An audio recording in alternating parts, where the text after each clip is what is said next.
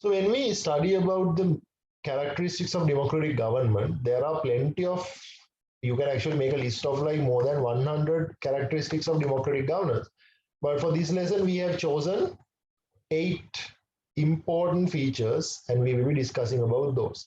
Okay. So as far as Mr. Abraham Lincoln is concerned, in Gettysburg Address, he said, democracy is for the people, by the people, of the people, right? So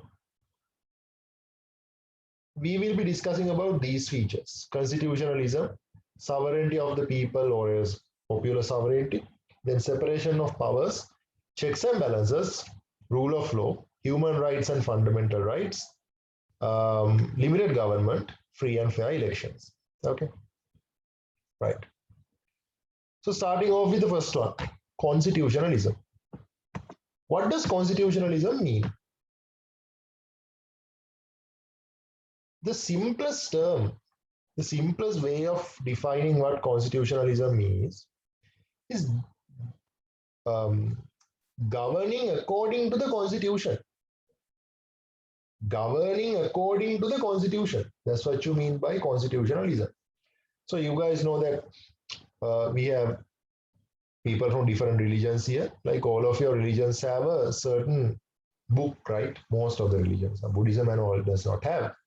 But you know, for Christians and Catholics, you have the Bible. For Islamic followers, you have the Quran, right? So that is like the founding book, the main source of your religion. So when it comes to a government, the Bible or the Quran of governance is the constitution of the country. Okay, the constitution of the country, right? So in terms of the constitution, we can see that the government should be working according to the constitution. Steps of governance should be taken according to the constitution, right? That's how it should work. All the decisions should be made according to the constitution. That's how it should work. So constitution can be defined in 2 different ways. Like one is like the very basic interpretation. It's a very narrow interpretation. That's like simply governing according to the constitution, making sure the government only takes decisions as the constitution has provided. Now, this is a little inadequate. Then you have the broader explanation. In terms of the broader explanation, however, simply sticking to the constitution is not enough. What do you mean by that? Now, when you simply stick into the constitution, what happens is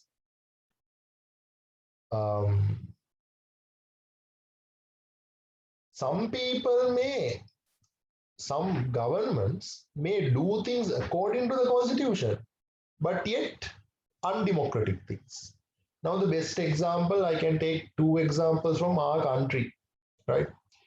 There are, if you ask me, out of all the leaders we had in Sri Lanka, right? We've had different heads of states in our country, right? Since 1947, we've had different heads of state. If you ask me, name 3 leaders who had done the most to develop Sri Lanka, okay? I can name 3 leaders. Number 1 is D.S. Senanayake. Then J.R. Jayawardena. Third one is Mahinda Rajapaksa. Okay? Whether you love him or like him, whether you like him or love him or hate him, Mahinda Rajapaksa is a leader who did a lot of work to Sri Lanka. Starting from concluding the war and finishing the war and all that, coming to like building these highways and ports and harbors and airports and all that. Like he did a lot of work for the country. 2 other leaders who did similar work. One was J.R. Jayawardena, who brought in open economy and who also developed a lot in Sri Lanka, who established an airline for Sri Lanka for the first time, who established all these garment factories in Katunayaka and Biyagama and all that, who started these BOI, all these areas, who had the Mahavali program, right? Other than that, the other leader who did some work like that was D.S. Senanayake, who also established Govi Janapada, and he did a lot of work to bring dominion status to Sri Lanka, right? And all that. So, if we keep D.S. Senanayake aside, taking these two leaders, J.R. Jayawardena and Mahinda Rajapaksa, do you think these leaders have a very positive reputation? If you say Mahinda Rajapaksa, the idea you get to your mind, is it a positive one or a negative one? It is mostly a negative one. Even when you say J.R. Jayawardena, your generation is not very familiar with that. But if you go tell your parents J.R. Jayawardena, it's not a very popular opinion they have on him. Unless the person is like connected to JR, like he's like a hardcore UMPN or something like that. Even Mahinda is like that, so unless the person is like a hardcore Mahinda fan, then people in general don't really like him. Okay. So why is that? Why does Mahinda Rajapaksa and J.R. Jayawardena have like a bad reputation? That is because both of these politicians are sort of accused of like corrupting, misusing politics, playing dirty politics, right? Using things to doing things to sort of like stay in power, right? Both of them were power hungry leaders. J.R. Jayawardena and Mahinda Rajapaksa both were extremely power hungry people that they did very unethical, very dirty political moves to stay in power and to gain power. So one of the reasons of this is these stories I'm telling you not directly connected to this lesson, but somehow connected to this lesson. Okay. So given that J.R. Jayawardena and Mahinda Rajapaksa both sort of abused their power, there was one thing different about these two.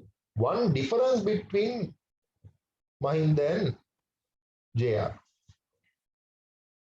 If JR wanted to do something bad, abuse power, he would do it according to the constitution, while Mahinda Rajapaksa was simply violate the constitution. Understand? Does JR want to extend the power of the parliament? Does JR want to kick someone out of the parliament? Does JR want to increase his powers? How does he do that? He amends the constitution and does it. He wants to extend the power of the parliament, fine. He will call a referendum as provided by the constitution. He will win the referendum and he extends the parliament term. Okay. So at any point, J.R. Jayawardena has not violated the constitution. All the jerk moves that he had, JR was being a jerk according to the rules. He hasn't broken any rules. Compared to that Mahinda Rajapaksa, he was like simply, okay, 17th Amendment added to the constitution. I don't care. I'm not going to implement that. What do you say that I can't appoint whoever I want as CJ, as Chief Justice? I can't appoint whoever I want as election commissioner because of 17th Amendment? Okay, who cares? Let's not implement the 17th Amendment. I am still going to control everything. So, in Mahinda Rajapaksa's case, there was a direct violation of constitutionalism, right? In JR's case, he stuck to the constitution, but after all, both these leaders have been abusing their powers, right?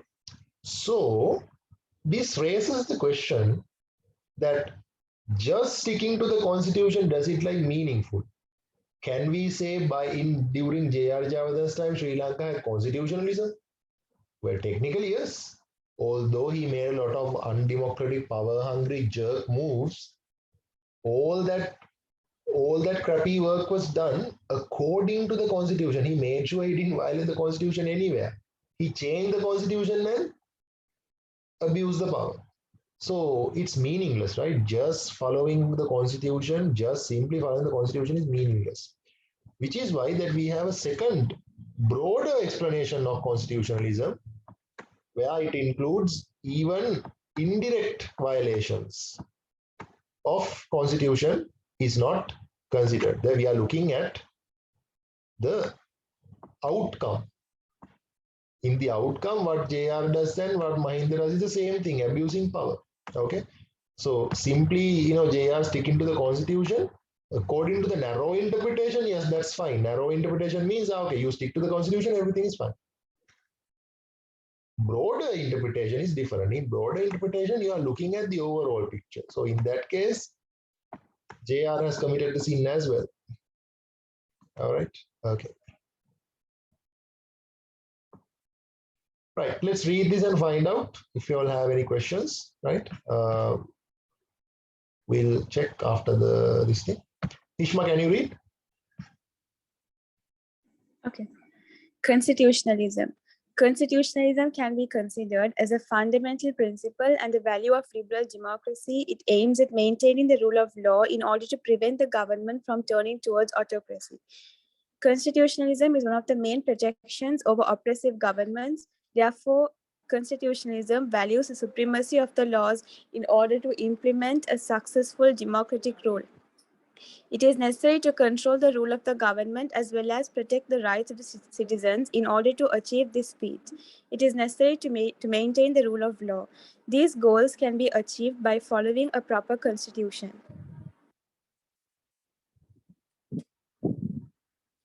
The constitution of a country provides the powers and tasks as well as limitations and restrictions of governmental institutions. Also, the constitution provides the connection between the government and the citizens. In simpler terms, the constitution provides the rules for the political game of the country. The constitution emphasizes the rule of tax within the country. Therefore, the constitution pushes the rulers of the country to follow the supreme law in governance. The basic idea of a constitution has been defined by different political scientists in various ways. A constitution is a chosen nature of political life chosen by the state, Aristotle in politics. Constitution is a collection of rules and traditions regarding the future journey of a state, Lord Bryce in Modern Democracy. It is a collection of rules which rules governments of a country and directs the government of a country, K.C. Weir in Modern Constitution, the collection of fundamentals which decide the power of the government, rights of the rules, and the connection between the government citizens, C.F. Strong in Political Constitutions.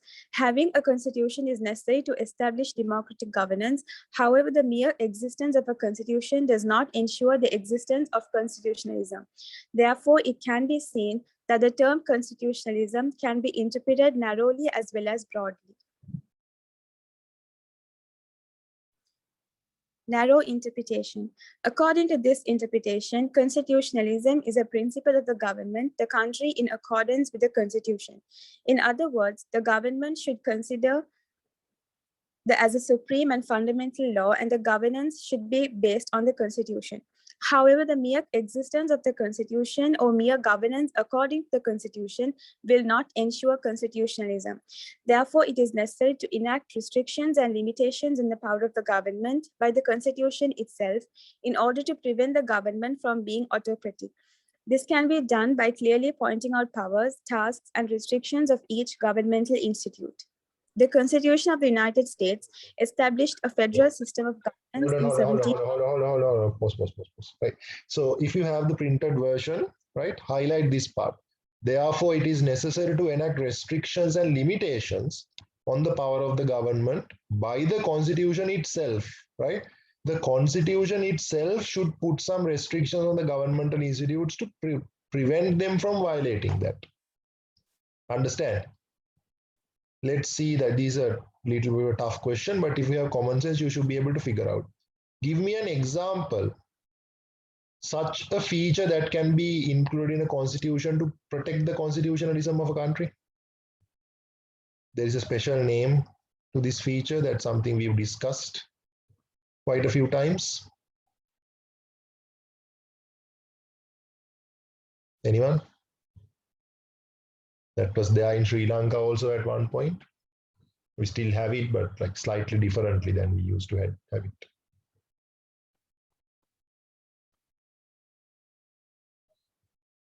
Anyone? Okay, we have a answer in the chat box. Rigid constitution. Yes, that's also one. JRP, yes, judicial review power. Exactly. That's what I was looking for. Judicial review power. Judicial review power is there in the constitution itself. If the government violates the constitution, if the executive and the judiciary, sorry, executive and the legislature violates the constitution, judiciary can say, here, whatever is the law you pass, it is against the constitution. And you can reverse that. Right? So you have to include features in the constitution itself to protect the constitution. Okay, that's how constitutionalism work. Okay, Hishma, continue. The Constitution of the United States established a federal system of governance in 1789. This constitution clearly divides the power between the central and state governments and have ensured the prevention of stubborn behavior by the central and state governments. Other than this, the United States Constitution also features the checks and balances system where the three institutions of the central government control the powers of each other. Therefore, the United States can be identified as a country with effective constitutionalism. In contrast, the Second Republican Constitution of 1978 in Sri Lanka took steps to declare Sri Lanka as a unitary state, and certain provisions of the constitution were made rigid by including a two-thirds majority was also separated into three bodies as a legislature, executive, and judiciary, which was a bold move comparing to the previous 1972 constitution. However, checks and balances did not have a successful implementation since executive, the president, were given dominance over other institutions of the government. The parliament, the cabinet, and even the judiciary were under the direct influence of the president. As the appointments and removals were heavily controlled by the president, this dominance was controlled up to reasonable extent after the 19th Amendment. The president handles reasonably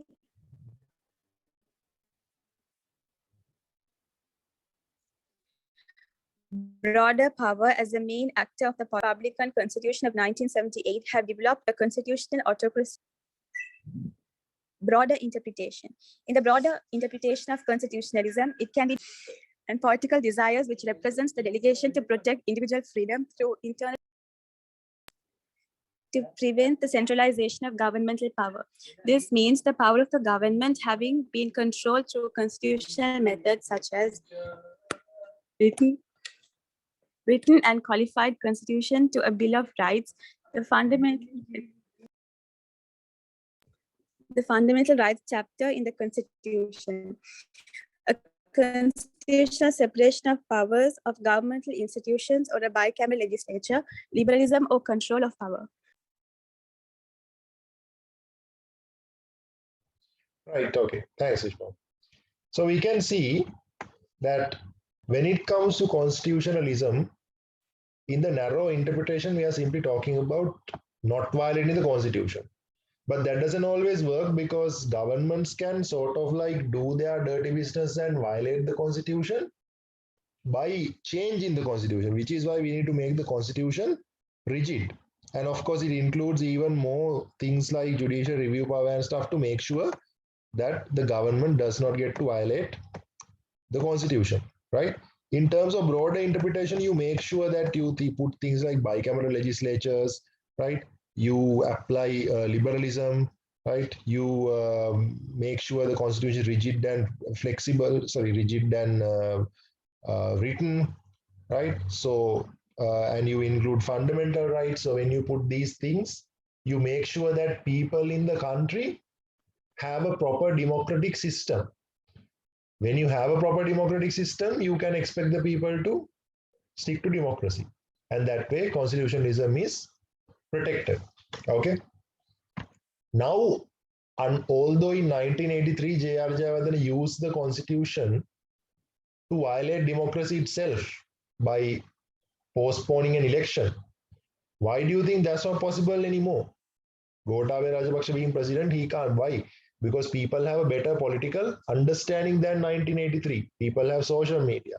So you have to create a country like that. You have to create a political society like that where the government can't sneak through the loopholes of the constitution and compromise democracy.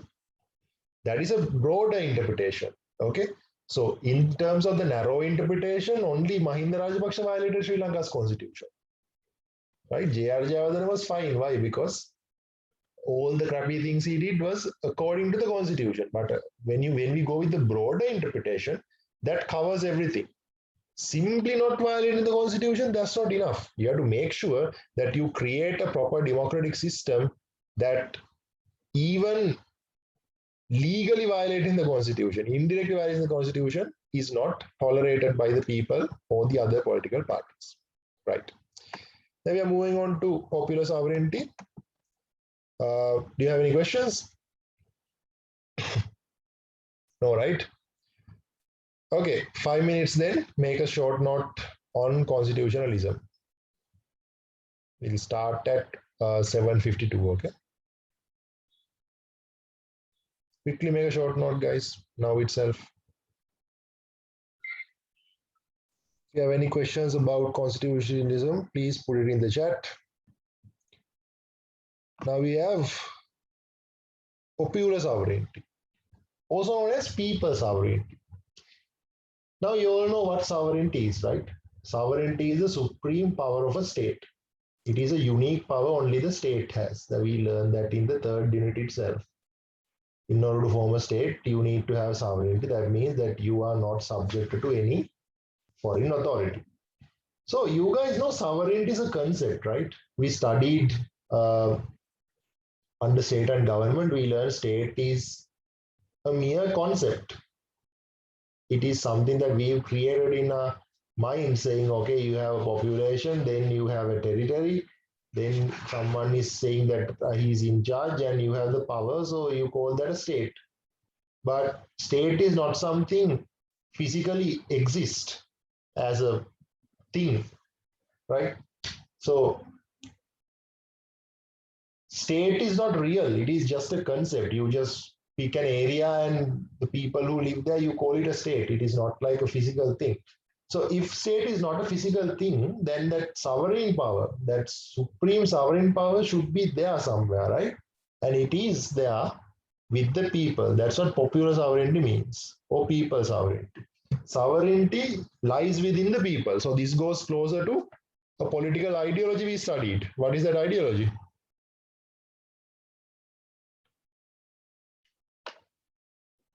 What political ideology this goes closer to? Republicanism, right? So it's about people owning, the public owning the sovereign power. That's what we are talking about. Okay. So who talked about popular sovereignty first? Who is the first person to talk about popular sovereignty? The first person was, there was a lot of people actually, like, a lot of people who came up with social contract theory and all that talked about this. Most importantly, Rousseau, right? Rousseau talked about the transformation from the natural society to civil society. Okay. Now, what Rousseau says is that people lived in the natural society all fine, right? And then by the time like the property ownership came into existence, people started owning property, then people sort of started like getting into conflicts, and which is why they had to go for a social contract and establish a state. So under that, Rousseau says the state represents the common and general will of the public, right? State represents the common and general will of the public. Why? Because we all live in the state and we are all subjected to the state. Okay, whatever the state you are a part of, now all of us are part of the Sri Lankan state. That means the state of Sri Lanka represents our general will. Why? Because who started the state according to the social contract theory? Who started the state according to the social contract theory? People. People signed a social contract and started the state, remember? So according to Rousseau, he says, okay, people are the ones who signed the contract, who started, so to start a state. So the power of that state should go to the people who created the state. That is the idea. So the common will and the general will is represented by the state. Okay.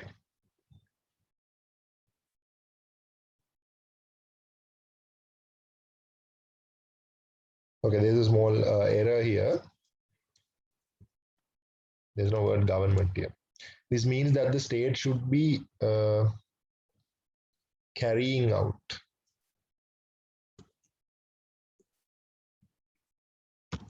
They should be carrying out according to the. Oh, wait.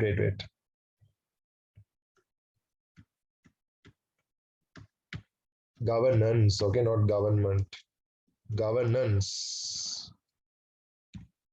State governance should be carried out according to the general will of the public. Whoever who runs the government, they should run the government in the general will of the public.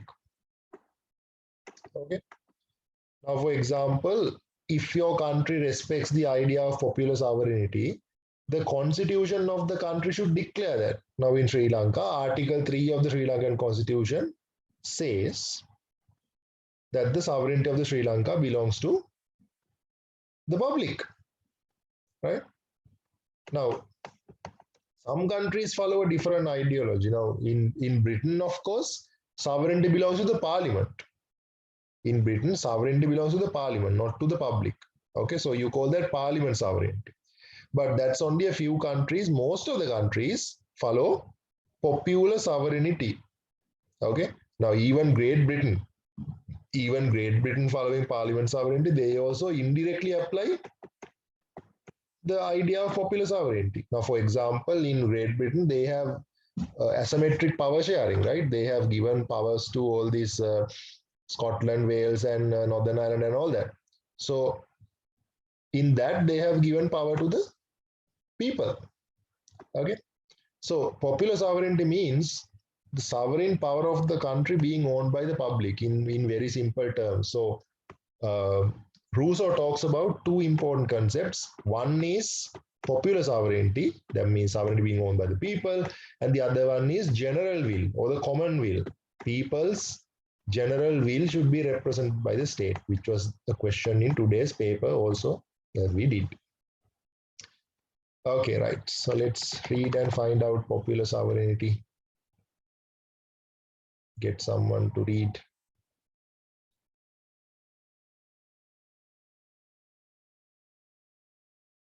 Rashid, can you read? Yes. Popular sovereignty. Popular sovereignty can be identified as one of the fundamental necessities of democratic governance. The basic idea of popular sovereignty is having the people as the origin of the political power. Therefore, the people are the origin, is not the source of the state power.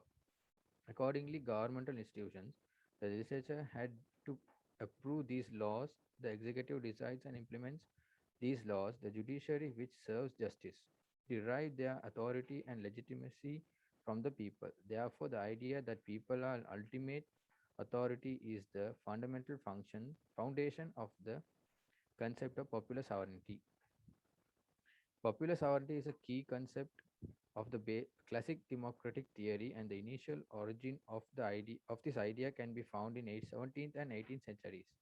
In Europe, the idea is associated with the social contract theory. The initial political thinkers, social contract theory, Hobbes, Locke, and Rousseau, believed that the state is political institutions established by people rather than a creation of God. Out of these social contract theorists, the theory of the general will proposed by Rousseau provided the collective political of all citizens in society should be expressed as sovereignty. According to the social contract theory of Rousseau, of the transformation from the natural society of civil society, people gave their power to entire society or the entire population. In simpler terms, this means that the power within separate individual in the natural society have been given to everyone through the social contract in the civil society. Therefore, the entire society should be considered as a sovereignty authority.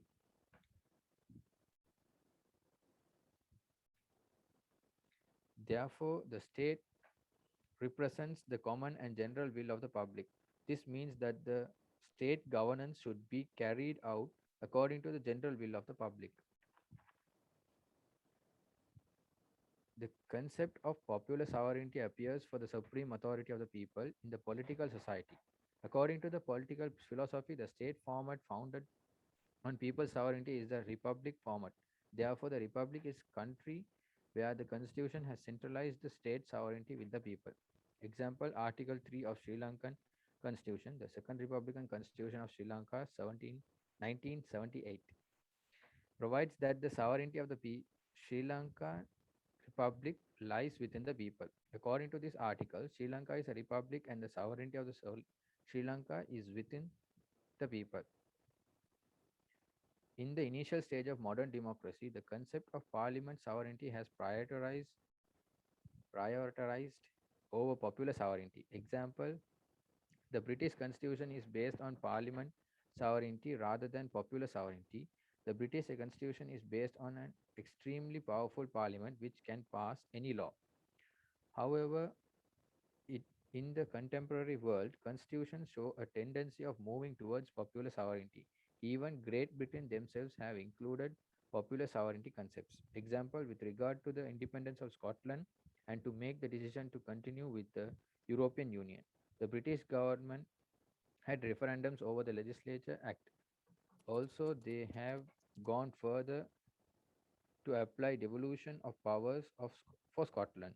Wales and Northern Ireland as well, have taken steps to pass a bill of rights to ensure rights of citizens. Right. Okay. Then we have to study separation of powers. After that, we have checks and balances. Now, that is those two things should be studied together. They come together. Okay. Right. So until we get to that, make a quick short note of popular sovereignty as well. Okay. 5 minutes, 6 minutes till 8:10.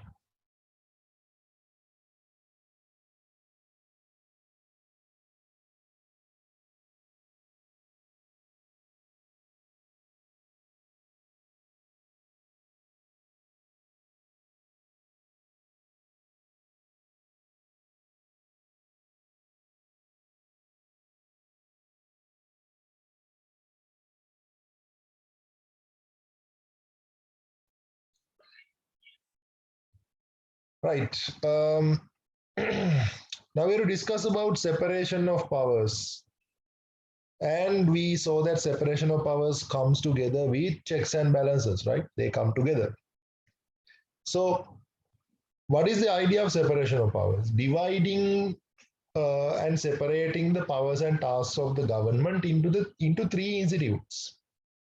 Into three institutes called legislature, executive, and judiciary. You guys know the process. You all were there in my basics class, right?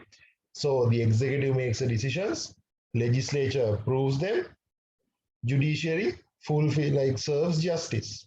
Okay, because back in the day, when monarchies existed, all of these was done by a solitary. All of these were done by a solitary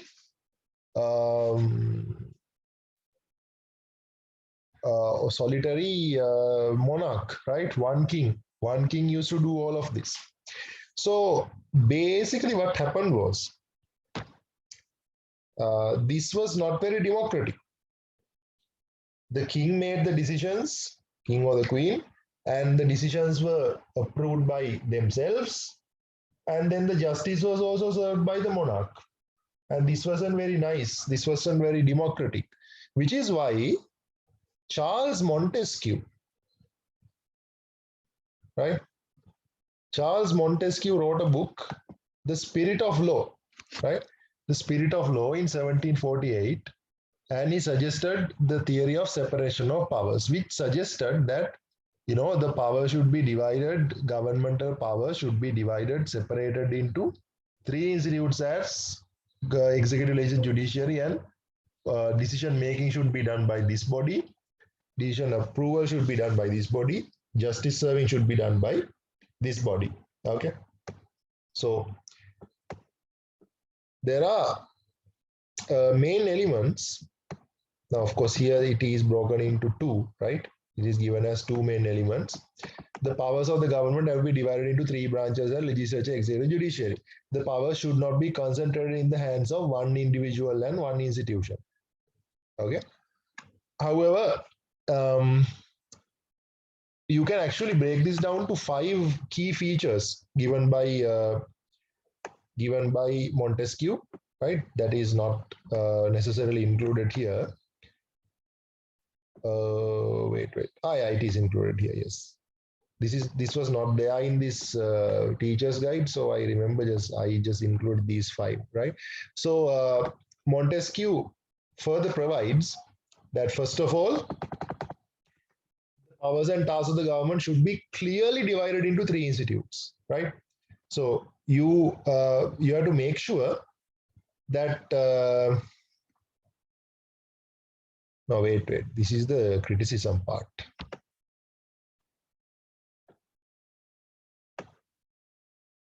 This is the criticism part. So that I think I haven't included those 5 features. So you all can write this down. Okay. You all can write this down. Now I have given the 2 most important features here. Everything is put into 2 as the teacher's guide provides, right? But Montesquieu suggests 5 features. You all can write this down. Number 1, powers of the government should be divided into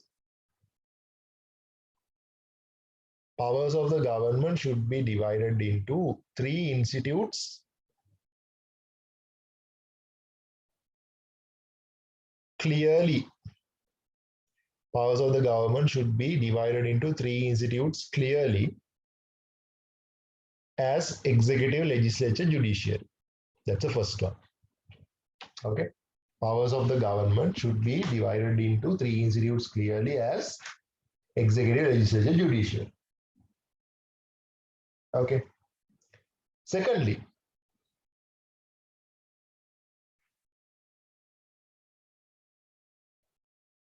Montesquieu says,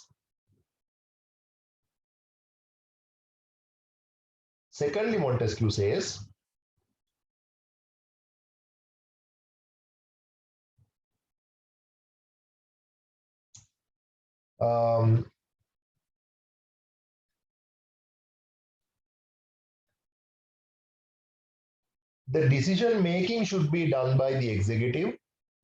The decision approval should be done by, no, wait. We have to write that in the legal language, right?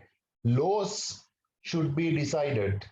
Laws should be decided by the executive. Laws should be approved by the legislature. And justice should be served by the judiciary. Okay.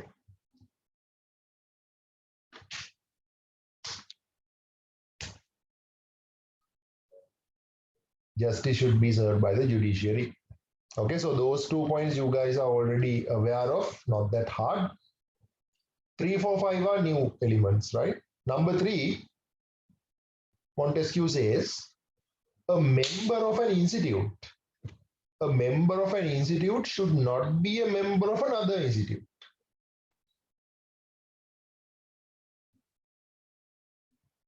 Okay.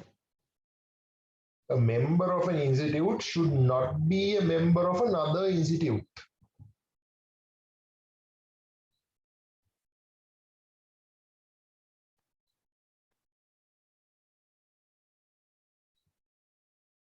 That's number 2.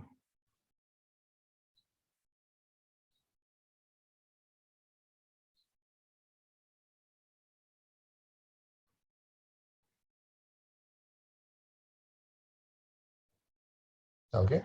So number three. A member of an institute should not be a member of another institute. So if you are a member of the executive, you should not be a member of the legislature. If you are a member of the legislature, you should not be a member of the judiciary. You can't share membership, right? Then number 4, Montesquieu says, the 3 institutes should be completely separated from each other. Okay. The three institutes should be completely separated from each other.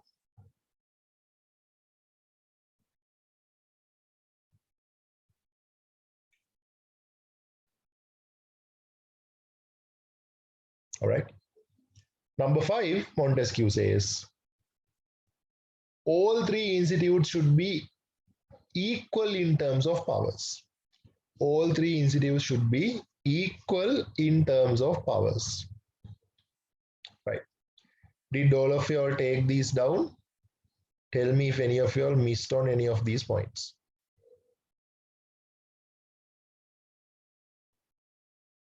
No, right? Okay then.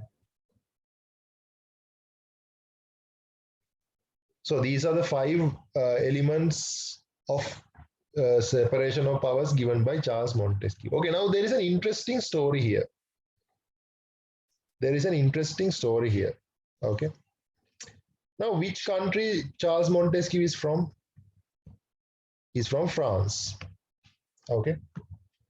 Montesquieu is French. France. Okay. Wait.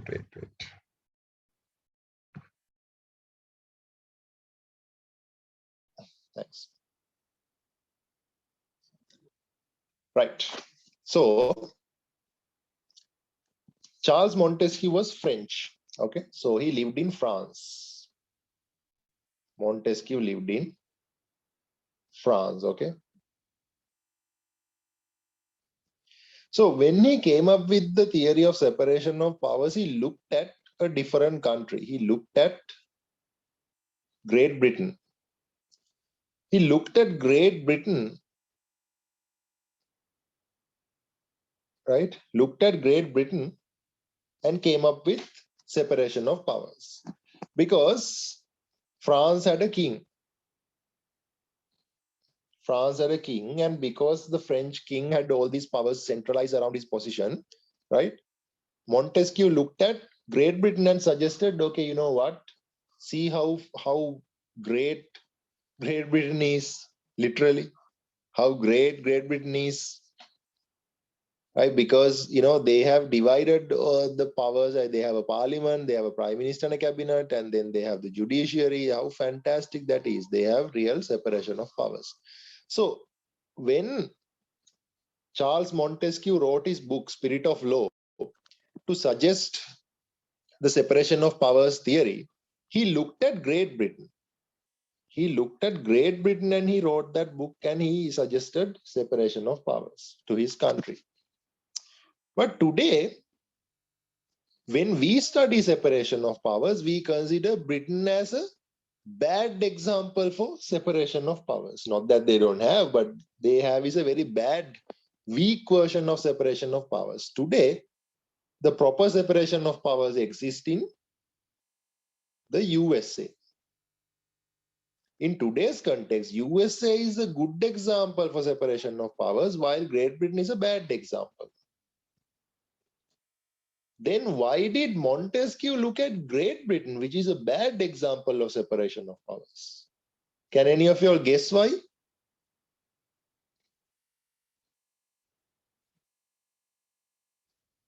Anyone?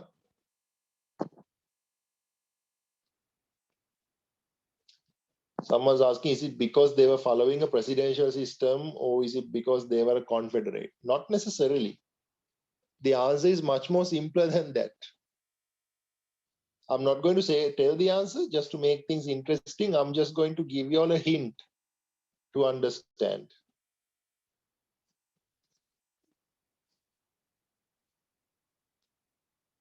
What does that mean? Yes, someone has given the right answer. Wait. Warner has given the right answer. Yes, USA was not established at that time. There was no country called USA. USA wasn't discovered, right? I think it was discovered, but USA was not colonized by the British at that time, right? So there was no country called the United States of America. Okay. At the time, the proper countries that existed, that they had Spain, they had Portugal, they had Germany, Russia. right? Italy, out of these countries, all the countries had a monarch. And Great Britain was the only country that had um, a legislature, which is a parliament, and the executive, the prime minister and the cabinet, and the judiciary. These three separated. In every other country, there was a monarch. Every other country. So by the time Montesquieu existed, Great Britain was the best example, right? But then USA was founded later. USA was founded later, and they established the executive, which is the president, the legislature, which is the Congress, the judiciary, which is the Supreme Court. Then when people look at these two countries, they'll be like, okay, wait, hold on one second. Great Britain has an executive, legislature, and judiciary. Wait, but their legislature is the parliament, and they have a prime minister and a cabinet as the executive, who is also a part of the legislature. Prime minister and the cabinet, they are members of the parliament, right? And the judiciary, what is the highest courthouse in the British? Now, of course, it's different since 2006, but what used to be the highest courthouse in the British judiciary? Anyone?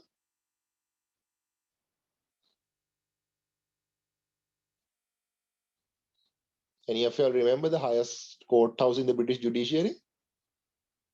Yes, British Privy Council, right? British Privy Council is a part of the upper house of the British legislature, House of Lords. It's a part of House of Lords. So the judiciary is also inside the parliament. The executive is also inside the parliament.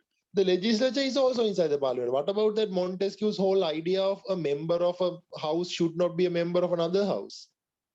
Members of the Privy Councils are members of the House of Lords as well.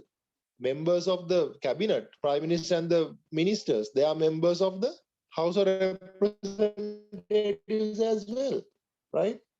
Then people realize, okay, you know what? Real separation of powers is in the US. President is separated completely. Congress is separated completely. Supreme Court is separated completely. While here, everything is inside the parliament. So today, when we study separation of powers, we see USA as the best example for most ideal example of separation of powers, while Great Britain sort of considered as a weaker version, where they have put all this everything inside the parliament. But by the time Montesquieu wrote the book, Britain had the best, which is why that he looked at Britain and he suggested what British people follow to his country as well. Okay. So this is the explanation of separation of powers. Do you guys have any questions? These are separation of powers and checks and balances are two very technical lessons that you have to understand the rationale. Any of you have any confusions, any questions? No, right? Okay. If you all want, you all can take a screenshot of this. I'm going to clean the screen. All righty.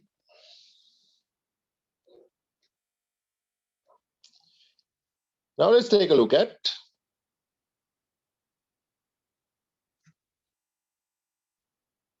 checks and balances. But before checks and balances, we have to read this.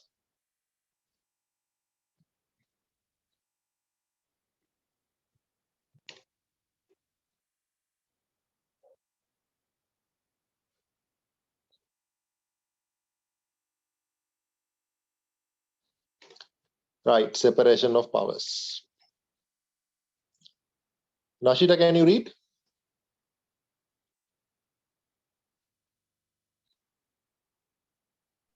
Okay. Does your mic work?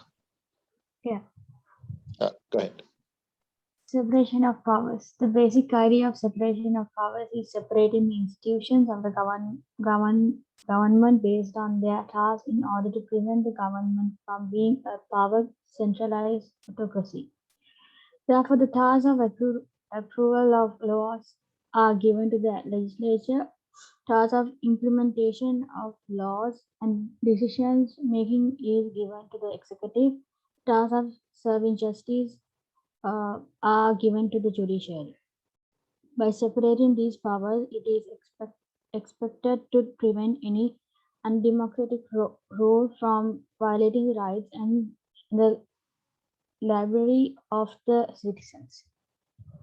Hold on. Not library, Yeah. liberty. Yeah. Okay, right. This concept was initially provided as a clear theory by the French philosopher Charles Montesquieu.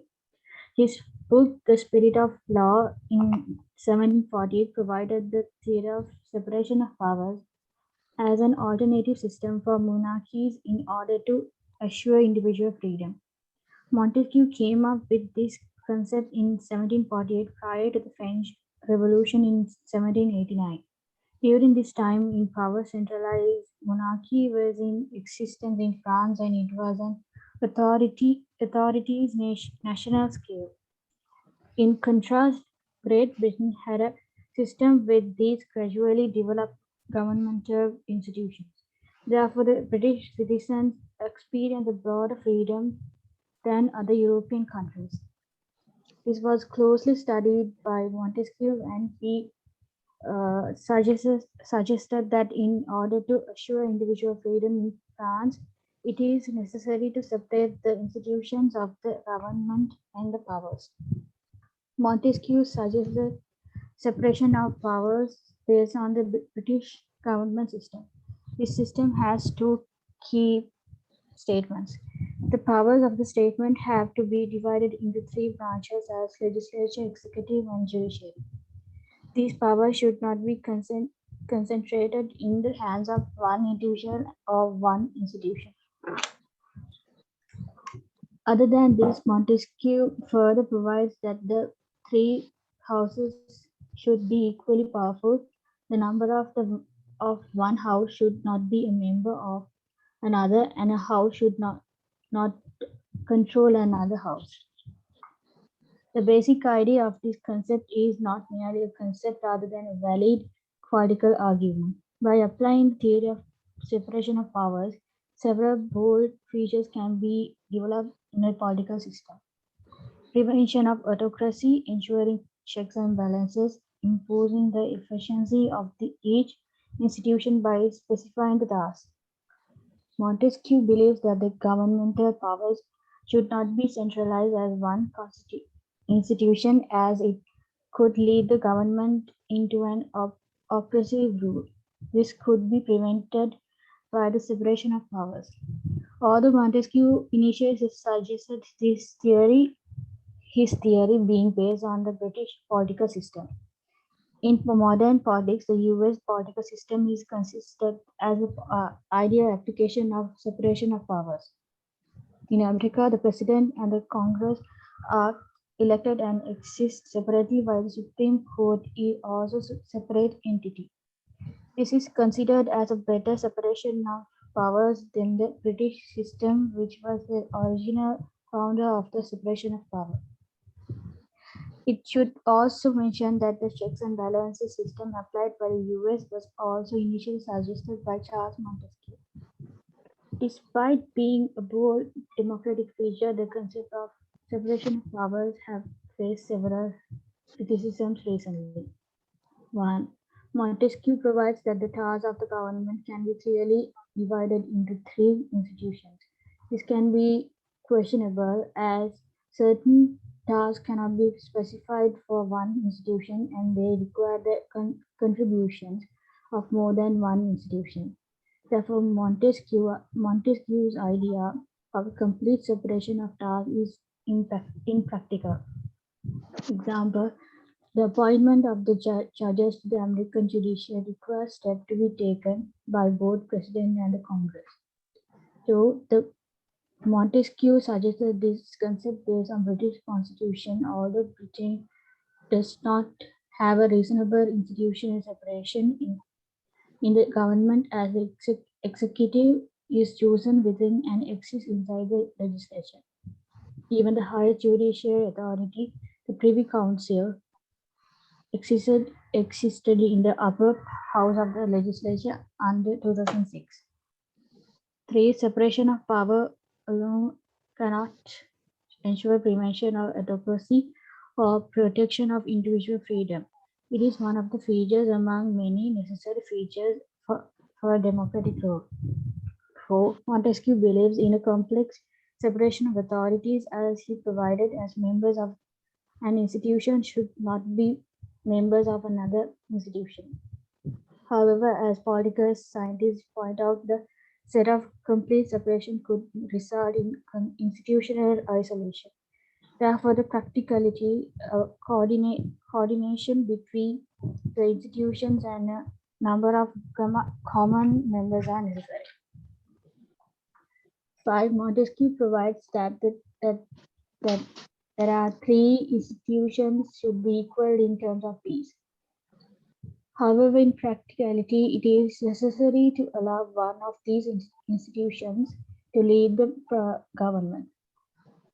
Not only a leading institution could result in an anarchy and a complete equal power separation could result in internal conflicts between houses in practical governance. However, despite these criticisms, the practical value of this concept has not reduced. Within 50 years from Montesquieu's suggestion, the founding fathers of American incorporated this concept into the US Constitution. They expected to ensure the rights and freedom of American citizens through this Constitution. In the application, the US Constitution expanded separation of powers further to establish an elaborated constitutional scheme to effectively implement Montesquieu's idea of checks and balances. In the modern world, many countries have adopted separation of owners to ensure democratic balance following this lead. Right. So it was the basic explanation of what I explained by using the whiteboard. However, there are some criticisms on separation of powers. Now, first of all, the whole idea of like dividing exactly powers into these three. For example, appointing judges had to be done by the president and the Congress, like together. Some of the powers have to be done by two institutes. You can't like necessarily put that into one institute, right? Also, the fact that he looked at Britain and suggested this, while Britain is considered as a bad example of separation of powers nowadays. And also that separation of powers alone can't do much. It is just one of the features that is necessary in a democratic country, right? Then also this whole idea of like complete separation. That is also not possible. Why? Because when you completely separate the powers of the government, it can create an isolation, institutional isolation, right? That means that there can be a lack of coordination between the institutes. That means like the executive won't know what the legislature does, legislature won't know what the judiciary does. So it can create some inefficiency. So you have to have some members who are common members of both many houses, right? Also the idea that he believed that Montesquieu believed that all three institutes should be like equal in terms of powers. That's also not very practical because out of the three, one has to lead the way, right? So mostly the executive is expected to be leading the way, right? So although there are these weaknesses, you have to give credit to Montesquieu for coming up with something that is so crucial to make sure that the rights of the people and the democratic status is protected. So this is a picture of Montesquieu. It's a drawing of Montesquieu, right? So what Montesquieu's theory, separation of powers, prevents is that there is a old saying goes saying absolute power creates absolute corruption. Absolute power creates absolute corruption. So in order to prevent that, you make sure that no one gets absolute power by separating the powers, right? Someone's asking a question, aren't the 5 criticisms and the 5 features similar? Sort of. That's because like the criticisms are sort of like aimed at each of the features suggested by Montesquieu. Not entirely similar, but they are somewhat parallel. Not similar, but they are parallel. Okay. Now then you have checks and balances, right? Which is connected, to separation of powers. Checks and balances means making sure that the powers of the government are controlled inside the government itself. Now, what did we discuss? We discussed the executive, legislature, judiciary being separated. Then they can control each other, right? That's what this theory does. Checks and balances comes after separation of power. You can't have checks and balances without separation of powers, right? So in separation of powers, when you divide the powers into three institutes, you can make sure these three institutes check each other and they balance out each other's powers to make sure none of the institutes become too powerful. Okay, right. So we'll look into checks and balances. Before that, we need to make a short note on separation of powers. Okay, 8 minutes till 8:50, and then after that we shall discuss checks and balances and we can conclude for today. We'll be done by like 9:10, 9:15 ish. Okay, right. So what did we study under separation of powers? The powers and tasks of the government, powers and tasks of the government being divided into three institutes. Okay, so the executive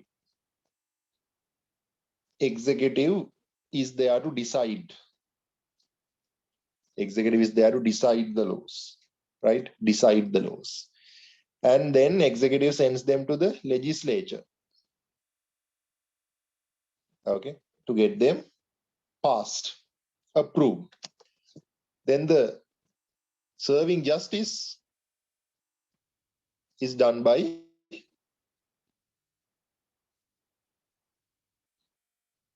that's a scale,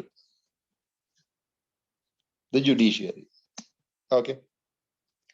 So Montesquieu said keep these three separated, right? And the Americans did that. Americans made sure these three are separated. Then the Americans realized, oh wait, now this entire thing is government, right? This entire thing is what you call government. You don't need any external institute to control the power of the government. You don't need some outside institute coming and controlling power. Not necessary. Why? Because it is possible to control the power of the government inside the government itself. These three institutes can keep checks on each other, can keep checking on each other, and they can balance out the powers on each other, right? The legislature would not let the judiciary to go out of control. The judiciary will not let the president to go out of control. The president shall not let the legislature to go out of control. Again, works the other way around as well. Judiciary won't let the legislature to go out of control. Legislature will have some brakes on the president, and the president can also control the judiciary. Right? So this way that we can see all the institutes are controlling each other. None of the institutes. President can't go out of control. Legislature can't, Congress can't go out of control. Supreme Court also can't go out of control. Simple as that. This is what it means. So what normally works in the USA is, right, that when president makes a law, when president makes a decision, right, and when the president makes a decision, he needs the approval of whom? President has to get his decisions approved by the legislature, right? The legislature can say no. If the president is coming up with an insane law, legislature may say, no, thanks, we don't want to pass that law, right? Similarly, if the legislature passes a law without president getting involved, if the legislature comes up with a law and they sort of like pass a bill, it requires the approval of the president. Okay. If the legislature passes a law on their own without president knowing, it has to be sent to the president. for his approval. President can veto it. President says, I am vetoing this. I am not approving this. Okay.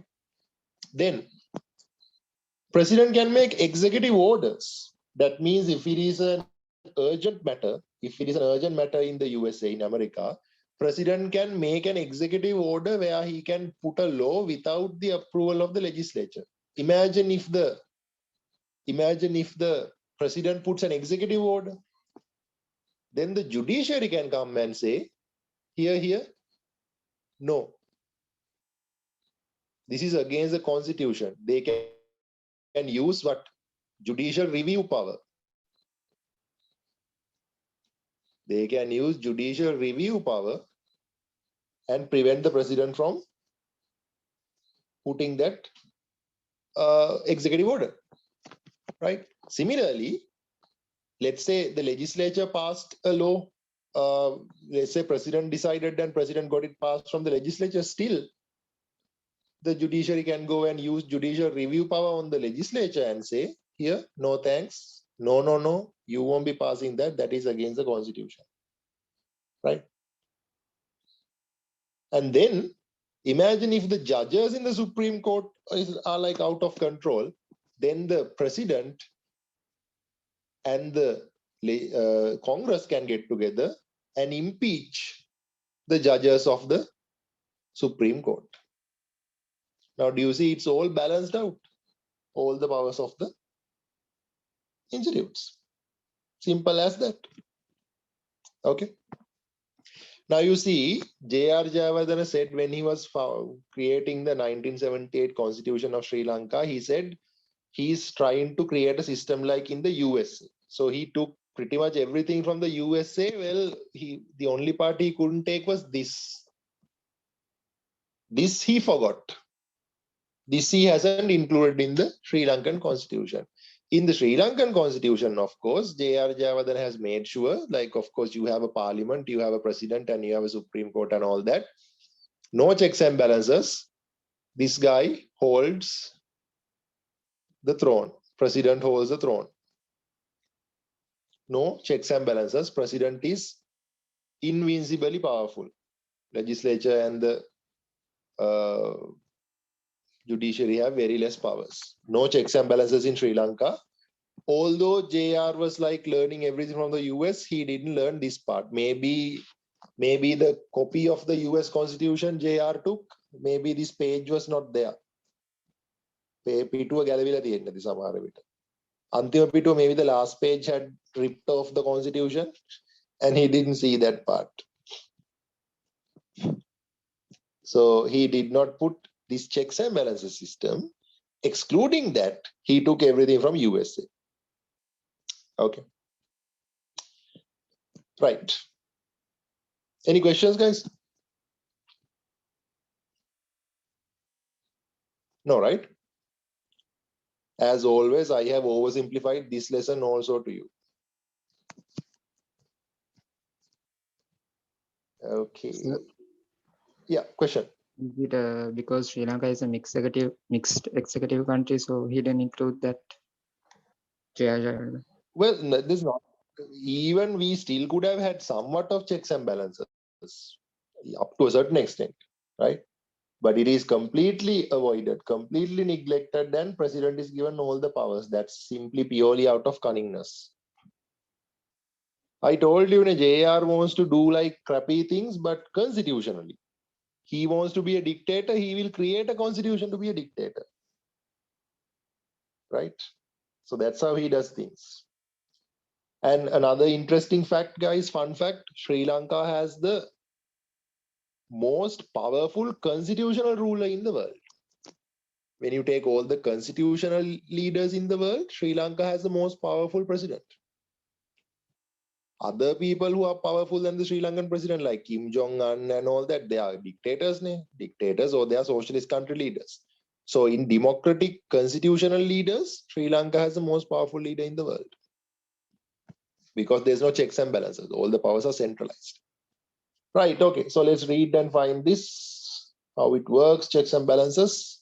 Sarah, please read checks and balances for us.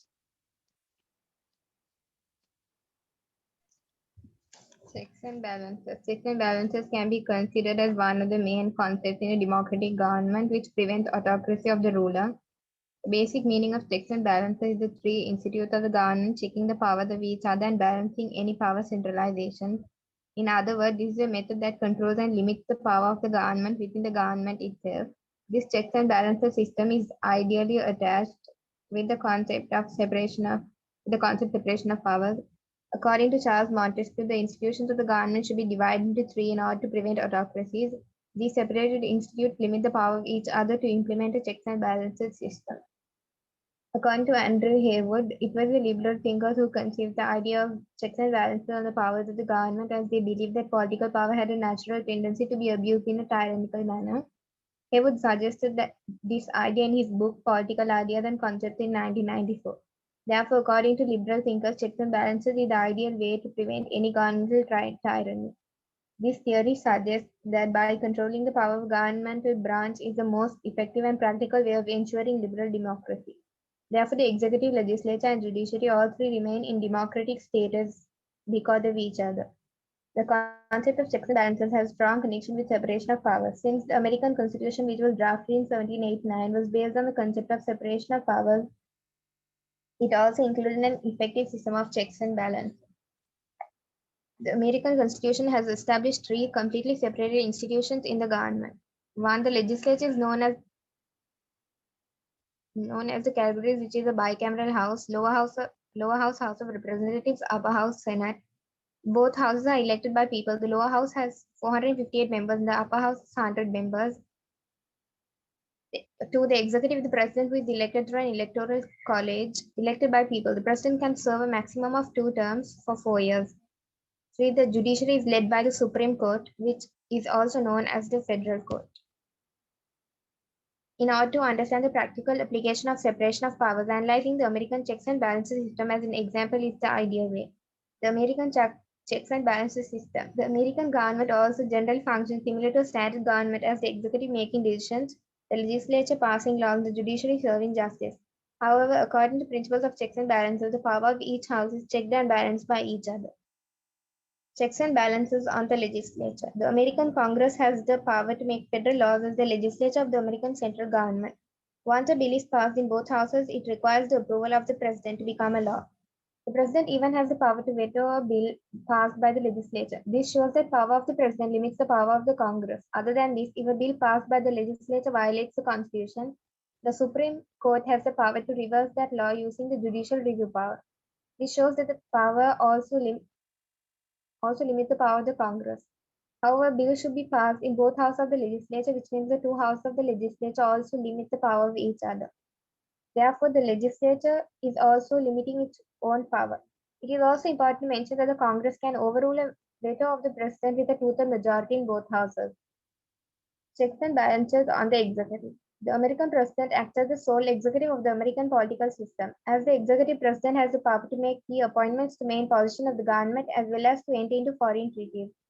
However, the president can only implement these powers with the support of the legislature, as these decisions should be approved by the Senate.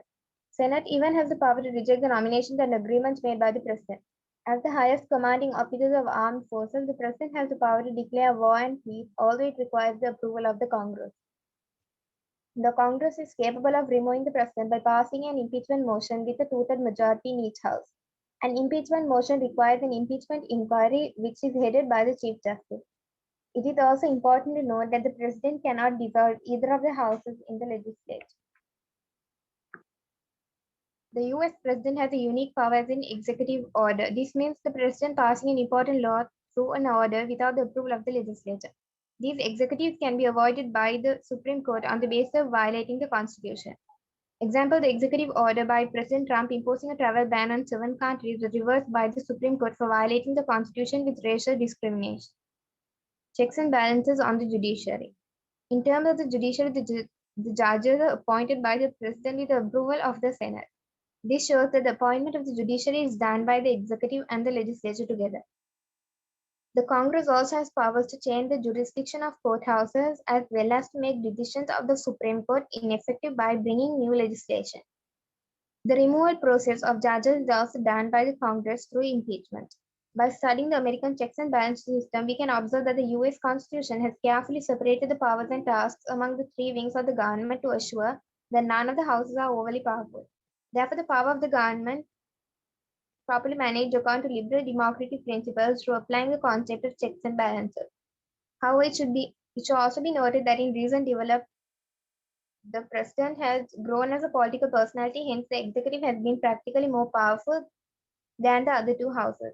Although despite that the US Constitution still has one of the best and most effective checks and balances systems in the world.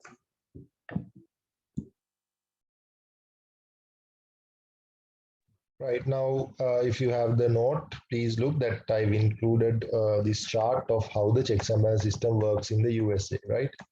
Now you see executive is the president. President appoints judges, but with the approval of the Senate, right? Then president can veto any of the laws passed by the Congress, right? Congress can pass laws over president's vetoes and they control the budget. Also, the courts can declare acts made by president unconstitutional by using judicial review power. The Senate approves and Senate and the president get together and appoint judges and remove judges. Judges are removed by the Senate as well. And also the courts can declare laws to be unconstitutional based on the judicial review power. So you can see it's perfectly well balanced, perfectly balanced as all the things should be. That's a reference from Avengers Endgame from Marvel fans. Right, so then we just have to discuss about rule of law, fundamental rights, free and fair elections and limited governance, which we will study the next day, and within the next two classes we can finish unit 9 as well. Okay.